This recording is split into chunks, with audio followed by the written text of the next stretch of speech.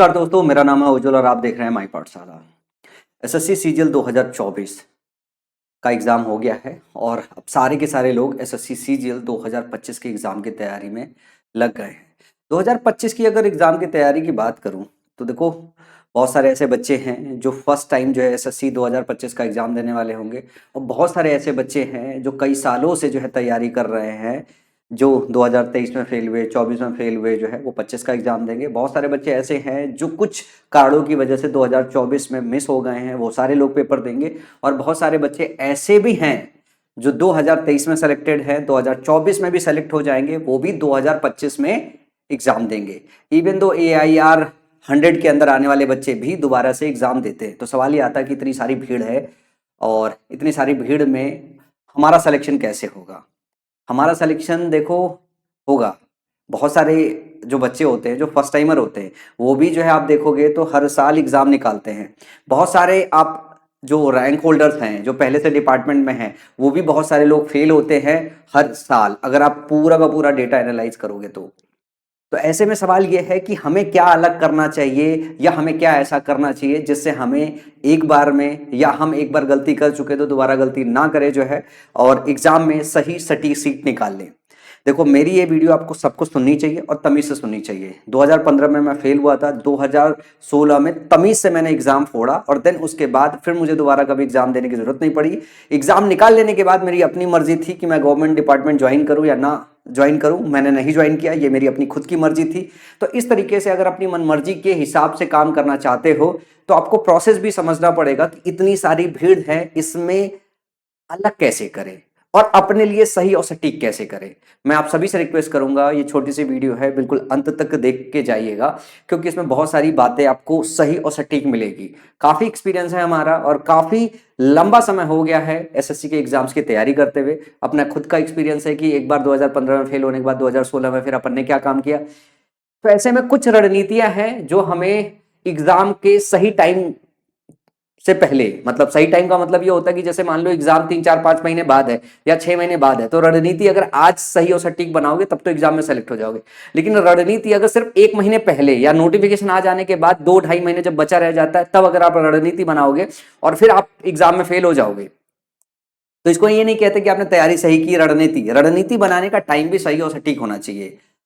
अगर मैं इस पर्टिकुलर टाइम की बात कर रहा हूं तो ये वो समय है जिसमें चाहे आप फर्स्ट टाइमर हो, चाहे आप दूसरी बार एग्जाम देने वाले हो, या फिर ऐसे बच्चे हो जो रैंक बना चुके हो एक बार या डिपार्टमेंट आपको स्विच करना है जो है।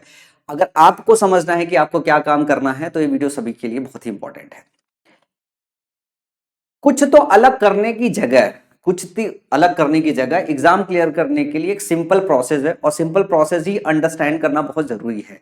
देखो, 3 तरीके के बच्चे हैं, जिन 3 तरीके के बच्चों की एक्चुअल पेन और प्रॉब्लम क्या क्या है और इन पेन और प्रॉब्लम्स को कैसे सॉल्व कर सकते हैं उसकी चर्चा मैं इस वीडियो में करना चाहता हूं। सबसे पहले मैं चर्चा करूंगा उन बच्चों की जो एक बार से ज्यादा एग्जाम दे चुके हैं। मैं सबसे आखिरी में चर्चा करूंगा उन बच्चों की जो पहली बार एग्जाम में अपीयर हो रहे हैं। तो आप सारे के सारे बच्चे रुके रहिएगा अपनी बारी का। देखो, जो बच्चे तैयारी कर रहे हैं जो है 1 साल 2 साल से, फिर भी उनका अगर रिजल्ट नहीं आ रहा है तो उनमें क्या परेशानी हो सकती है। जैसे मैं 2 बार और 3 बार जो है एग्जाम देने वाले बच्चों की बात कर रहा हूं, आपके साथ एक परेशानी ये हो रही होगी कि आप रिपीटर तो हो, आपने एक बार एग्जाम दे दिया है, एग्जाम का आपको पैटर्न पता चल गया है, क्वेश्चन पता चल गया है, ये सारी चीजें आपको पता चल गई होगी। लेकिन आपको एक चीज है जो ढूंढने में परेशानी हो रही होगी कि कौन सा हिस्सा आपका कमजोर है। कौन सा हिस्सा कमजोर है ये निकालना ही आपके लिए सबसे डिफिकल्ट काम होगा। और कौन सा एग्जाम कमजोर होने के बाद अगला है कि वो जो हिस्सा आपका कमजोर रह गया वो कहां से कवर करे। अगर मल्टीपल ऑप्शंस हैं तो कहां से कवर करे। और एक वो बच्चा है जो एकदम ही कई बार से एग्जाम दे दे के थक गया, उसका रिजल्ट ही नहीं निकल रहा है। उसके लिए तो सबसे बड़ी बात यह है कि क्या उसका कमजोर है उसे तो पता ही नहीं चलता। उसे तो सिर्फ ये बात पता है कि भाई 1 साल हो गया, 2 साल हो गया, 3 साल हो गया, कभी आधे नंबर से, कभी 1 नंबर से, कभी 2 नंबर से रुके जा रहे हैं और कभी कभी प्री मैंने निकाल लिया, मेंस दे के आए, अगली बार प्री ही नहीं निकला। ऐसे बहुत सारे बच्चे हैं, अगर आप सही मायने में देखोगे तो ये बहुत सारे लोग इस तरीके की प्रॉब्लम फेस कर रहे होंगे। चाहे इस तरीके का बच्चा हो, चाहे इस तरीके का बच्चा हो और चाहे फर्स्ट टाइमर बच्चा हो, उन सभी लोगों के लिए एसएससी एग्जाम क्लियर करने के लिए एक बेसिक और सिंपल प्रोसेस होता है। अगर उस सिंपल प्रोसेस को आपने फॉलो नहीं किया है तो दोबारा से उस सिंपल प्रोसेस को फॉलो करो। एक सिंपल प्रोसेस मैं बताता हूं फर्स्ट टाइमर के लिए। वही सिंपल प्रोसेस में मैं आपको ये बताने वाला हूं कि जो दूसरी बार एग्जाम देने जा रहे हैं या जो तीसरी बार एग्जाम देने जा रहे हैं उनको कहां कहां प्रॉब्लम आ रही होगी।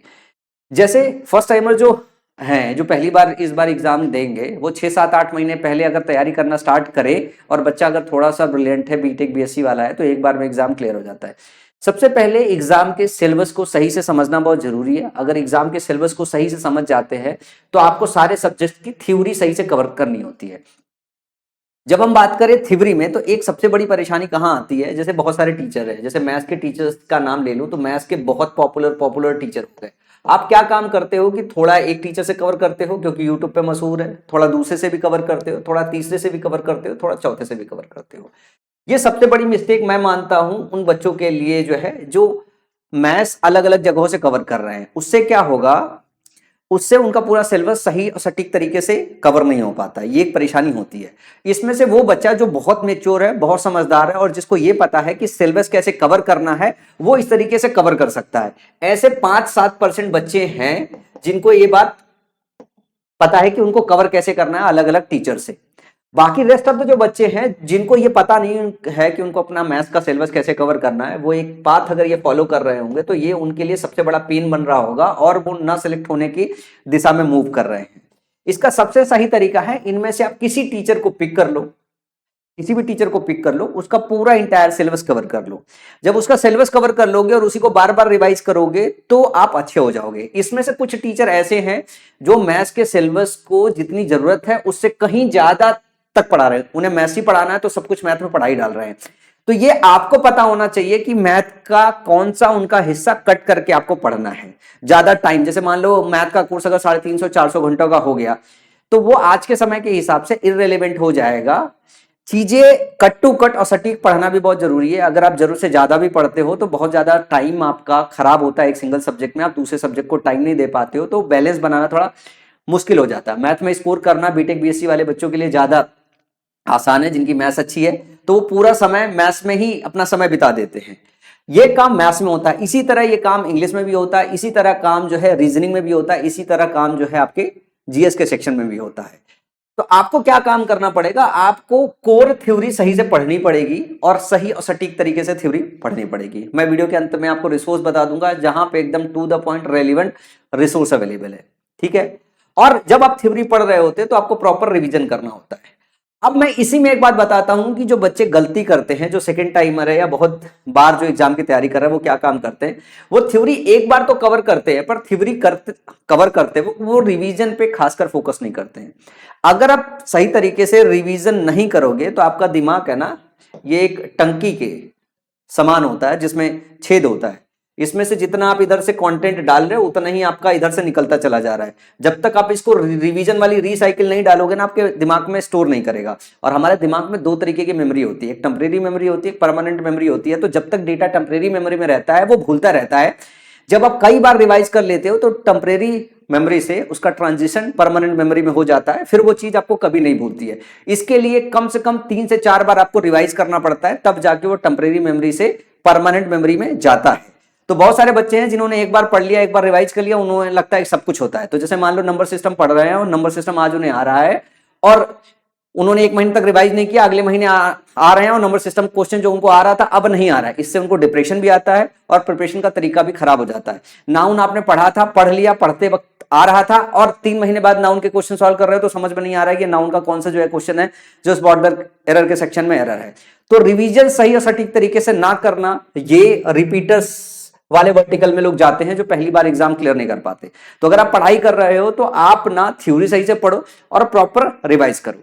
इसके बाद आपको प्रीवियस ईयर के क्वेश्चन लगाने चाहिए, कम से कम 5-7 सालों के तो लगाने चाहिए। 5-7 साल के क्वेश्चन लगाने से आपको पैटर्न पता चल जाता है कि एसएससी एग्जाम किस पैटर्न पे क्वेश्चन बना रही है। वो सब्जेक्ट वाइज आपको करना पड़ता है। ये आप कवर करोगे तो मोटा मोटा आपको एग्जाम की थ्योरी और एग्जाम का पैटर्न पता चल जाता है, लेकिन इससे पूरा काम आपका होता नहीं है। फिर आपको मॉक टेस्ट देना होता है। जब मॉक टेस्ट देने जाते हो तो जो चीज आपने पढ़ रखा है उसमें से भी गलती करते हो और बहुत सारे क्वेश्चंस ऐसे मिलते हैं जिसमें आपको ये पता चलता है कि ये वाला सेक्शन तो हमने पढ़ा हुआ ही नहीं है। ये होता ही होता है। फिर उस मॉक टेस्ट में उन एरियाज को फिर दोबारा कवर करने की कोशिश करते हो। कुछ थ्योरी छूट गई होती है तो थ्योरी में उसको ऐड करते हो और पढ़े हुए सेक्शन से अगर क्वेश्चन गलत हो रहा है तो उसे आप कंटिन्यूअस इंप्रूव करते रहते हो और यही पूरा प्रोसेस आपको रिपीट करते रहना पड़ता है सिलेक्शन के लिए। अगर सही से सिस्टमैटिक वे से लगातार रहते हुए अगर आपने पूरा का पूरा प्रोसेस इस्तेमाल किया है तो एक बार में सिलेक्शन हो जाएगा। अगर आप दूसरी साल और तीसरी साल में पहुंच गए हो तो अभी भी मौका है, आप इसी प्रोसेस को इस्तेमाल करो। अब जैसे मान लो जो दूसरी साल वाले बच्चे हैं, मैं उनको बताता हूं, उनको जब हम ये बोलेंगे कि ये प्रोसेस रिपीट करो तो वो कहेंगे कि सर हम रिपीट नहीं करेंगे, हमें सब आता है, हमें तो मॉक टेस्ट दिलवा दो, हमें पता चल जाएगा कहां गलती है। मॉक टेस्ट से पूरा सही सटीक तरीके से जो है एरर का पता नहीं चलता। मैं आपको दूसरा तरीका बताता हूं जिससे आप अपने अंदर जो कमियां है वो पहचान जाओगे। आप अपने थ्योरी की पूरी जो नोटबुक है ना, जो भी आपने एक साल पढ़ाई किया है उसमें जो भी रिकॉर्ड से आपने पढ़ रखा है, उससे जो भी बुक जो भी रिसोर्सेस से आपने पढ़ रखा है, उस बुक और रिसोर्स या अपने नोटबुक को दोबारा पढ़ना स्टार्ट करो। उसमें जो हिस्सा आपको याद है वो टिक करते जाओ, जो हिस्सा आपको भूल रहा है वो क्रॉस करते जाओ। जो हिस्सा याद है टिक करते जाओ, जो हिस्सा आपका जो है कमजोर है उसको क्रॉस करते जाओ। इससे आपको ये फिल्टर हो जाएगा कि ये चीज आपको आ रहा है और ये चीज आपको नहीं आ रहा है। या मॉक टेस्ट देते वक्त जिन जिन कंसेप्ट पे आपके क्वेश्चन गलत हो रहे हैं उस चैप्टर में जाके उस पे क्रॉस लगा लो, जिससे आपको यह पता चल जाएगा कि आपको 3 बार 4 बार 5 बार 6 बार उसको रिवाइज करना है। यही सही तरीका है आपको फिल्टर करने के लिए। और जो कई साल तैयारी कर चुके हैं उनके साथ डिप्रेशन भी आ जाता है, थोड़ी गंदी वाली अकड़ भी आ जाती, कई साल हो गए तैयारी, ये प्रोसेस नहीं करेंगे, मतलब उनका दिमाग ऐसा हो चुका होता है कि वो रिवीजन की तरफ नहीं जाते हैं। तो आपके लिए भी यही सिंपल सा प्रोसेस है। आप एक काम कर सकते हैं कि आप सेम यही प्रोसेस इस्तेमाल करें, जो आपको आ रहा है टिक करे, जो नहीं आ रहा है क्रॉस करे, और साथ में एक सैंपल मॉक टेस्ट ये एनालाइज करने के लिए कि कौन कौन सा सेक्शन वीक रह गया है वो आप देते रहे। 1 घंटे का मॉक टेस्ट है, आप दे सकते हो हर रोज, क्योंकि बहुत सारा डेटा आपको याद है। तो जो एक बार पढ़ चुके हैं उनके लिए इस बार अच्छा रैंक बनाना ज्यादा आसान हो सकता है अगर इस प्रोसेस को उन्होंने सही से इस्तेमाल किया। यही एक सिंगल प्रोसेस है, चाहे मैं बताऊं, चाहे कोई सिलेक्टेड दूसरा कैंडिडेट जो अभी भी सिलेक्ट होकर आया वो बताए, चाहे तीसरा बताए, रिसोर्स आपका बदल जाएगा। अब जैसे आपको बताता हूं रिसोर्स के विषय में, जैसे प्रीवियस ईयर की किताब में आपके पास एक पिनाकल की किताब आती है पब्लिकेशन की, जिसको बच्चा यूज करता है, किरण की आती है, राकेश यादव सर की भी आती है, इनकी 7300 करके आती है, अब शायद इन्होंने अपडेट वगैरह किया होगा। हमारी किताब भी अर्थमेटिक की अलग से आती है, एडवांस की अलग से आती है, हमने ज्यादा छांटा है, हमने एकदम वो नहीं लिया है, हमने छांट के रखा है, अर्थमेटिक और एडवांस की आती है, ये हमारी किताबें आती है। अब इन सब में अगर आप देखोगे कि है क्या, कोई किताब अच्छी नहीं है, इन सब में प्रीवियस ईयर के क्वेश्चन का कलेक्शन ही है।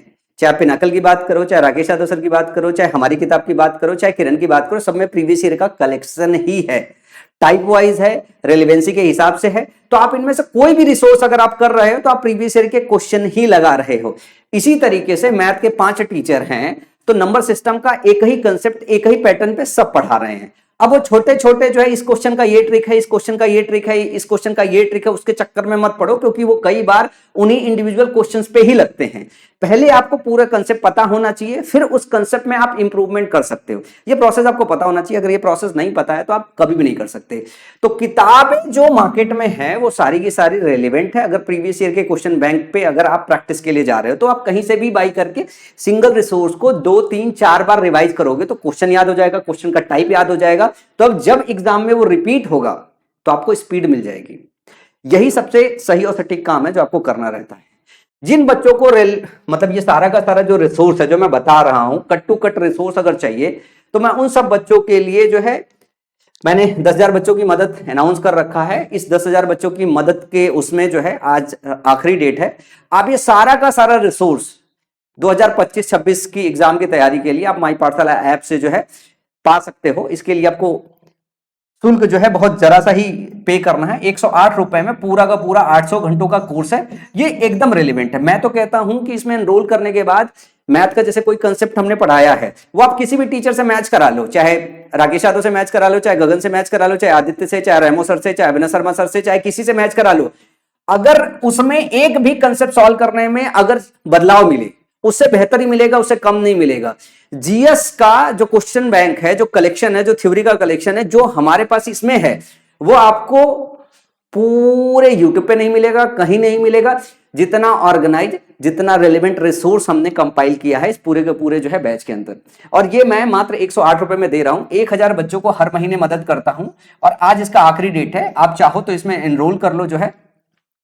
और अगर आपको सिर्फ नोट्स चाहिए, बुक्स चाहिए और फ्री में चाहिए एकदम, तो आप माई पाठशाला ऐप के बुक सेक्शन में जाओगे तो मैंने अपनी सारी किताबें, सारे रेलिवेंट रिसोर्स फ्री कर रखे हैं। वहां जाके भी आप क्वालिटी चेक कर सकते हो, आप किसी से भी इसको कंपेयर कर सकते हो। जैसे इंग्लिश ग्रामर की मेरी किताब है, बहुत सही है। आप नीतू मैम की किताब साइड में रख लो, मेरी किताब साइड में रख लो। सबसे ज्यादा मैंने भी उन्हीं की किताब पढ़ी थी, मेरी किताब साइड में रख लो। आपको यह पता चलेगा कि नीतू मैम की किताब से 20% वो किताब बेहतर है। उनकी किताब में भी जो थ्योरी का सेक्शन है वो पूरा का पूरा कवर है, कैसे कवर किया गया है, प्रीवियस ईयर के क्वेश्चन के हिसाब में ही किया गया है, इसमें भी किया गया है। मेरी किताब में एक्सप्लेनेशन और थोड़ा बेहतर आपको मिलेगा, याद करने में मदद मिलेगी। और हमारी किताब स्मार्ट बुक है, तो उसको जब भी क्यूआर कोड स्कैन करोगे, जहां जहां फंसोगे, तो पर्टिकुलर उस सेक्शन पे क्यूआर कोड स्कैन करके आप वीडियो भी देख सकते हो और आपका जो कंसेप्ट है, जो रूल है, वो सारा का सारा क्लियर भी हो जाएगा। तो देखो, भीड़ से अलग होने के लिए आपको प्रोसेस सिंपल इस्तेमाल करना है, क्योंकि लोग उस सिंपल प्रोसेस को सही से नहीं इस्तेमाल करते हैं। जैसे एक मूवी आई थी पुरानी अक्षय कुमार की, मेरे को मूवी का नाम याद नहीं है, वो कुंग-फू की ट्रेनिंग कर रहा था, तो उसका जो टीचर था, टीचर उसको क्या बताता है कि मुझे तुम्हारे उस 200 मूव से परेशानी नहीं है, पर मुझे तुम्हारे उस एक मूव से परेशानी है जो आप हजारों बार रिपीट कर रहे हो, उसमें आप एक्सपर्ट हो। तो सिलेक्शन भी उस सिंपल प्रोसेस से होता है जिसमें आप रिवीजन कई बार करते हो। एक ही चीज को अगर आप 20 बार पढ़ोगे तो याद हो जाएगा और ज्यादा परफेक्ट तरीके से याद हो जाएगा। बहुत सारा डेटा इकट्ठा कर लेना, बहुत सारी किताबें इकट्ठा कर लेना और उनमें से कुछ को ना पढ़ना या एक एक बार पढ़ के छोड़ देना, इसी वजह से सिलेक्शन नहीं होता ज्यादातर बच्चों का। एक सिंगल रिसोर्स को अगर 10वीं बार अगर आप पढ़ लोगे तो आपका सिलेक्शन हो जाएगा। आज के समय में एसपी बख्शी की किताब इंग्लिश ग्रामर की कोई एसएससी में नहीं पढ़ता है, लेकिन एसपी बख्शी की किताब आज भी अगर आप 10 बार पढ़ लो तो सारी किताबों से बेहतर इंग्लिश ग्रामर की वही किताब है। उसमें सारा का सारा डेटा, एक सिंगल स्पॉट एरर का क्वेश्चन या ग्रामर का क्वेश्चन गलत नहीं होगा। लेकिन उस किताब को समझने में हिंदी भाषी बच्चों के लिए थोड़ा पेन रहता है, तो वो प्रेफर करते थे पहले पिनाकल। जैसे मैं हिंदी भाषी बच्चा था तो मैं पहले नीतू मैम की किताब प्रेफर करता था, मैंने उसे और अपग्रेड किया है और बेहतर बनाया है। इसी तरीके से काफी सारी किताबें आप जाके फ्री सेक्शन में पढ़ सकते हो। इंग्लिश ग्रामर की किताब भी फ्री पढ़ सकते हो, वोकैब की भी फ्री पढ़ सकते हो और इंग्लिश कंप्रीहेंशन की भी फ्री पढ़ सकते हो। जो है जीएस की सारी किताबें फ्री पढ़िए, सब जाके आप यहाँ पे माई पाठशाला के ऐप में फ्री पढ़ सकते हो। तो मेरा मानना है कि इस साल आप लोग अलग करो, लेकिन प्रोसेस सिंपल रखो और सिंपल प्रोसेस से मेहनत करो। मैं गारंटी देता हूं कि आप जो है इस बार सिलेक्शन ले लोगे। मैं एक सीरीज रन कर रहा हूं जिसमें मैं इंग्लिश ग्रामर को जो है आपको छोटे छोटे बाइट्स में पढ़ा रहा हूं। 120 रूल मोटा मोटा आता है, मेरे को खूब एक्सपीरियंस है, बहुत पेन झेला है हमने। वो 120 रूल रोज मैं आपको 10 मिनट की वीडियो दे रहा हूं। एग्जाम से पहले आपका रिवाइज भी हो जाएगा, सारा एरिया कवर भी हो जाएगा। उस सीरीज को भी फॉलो करना मत भूलिएगा। अभी इस वीडियो में इतना ही। कुछ और अगर मेरे को सलाह देना होगा, सुझाव देना होगा तो आऊंगा, वरना पढ़ाने तो मैं आ ही रहा हूं।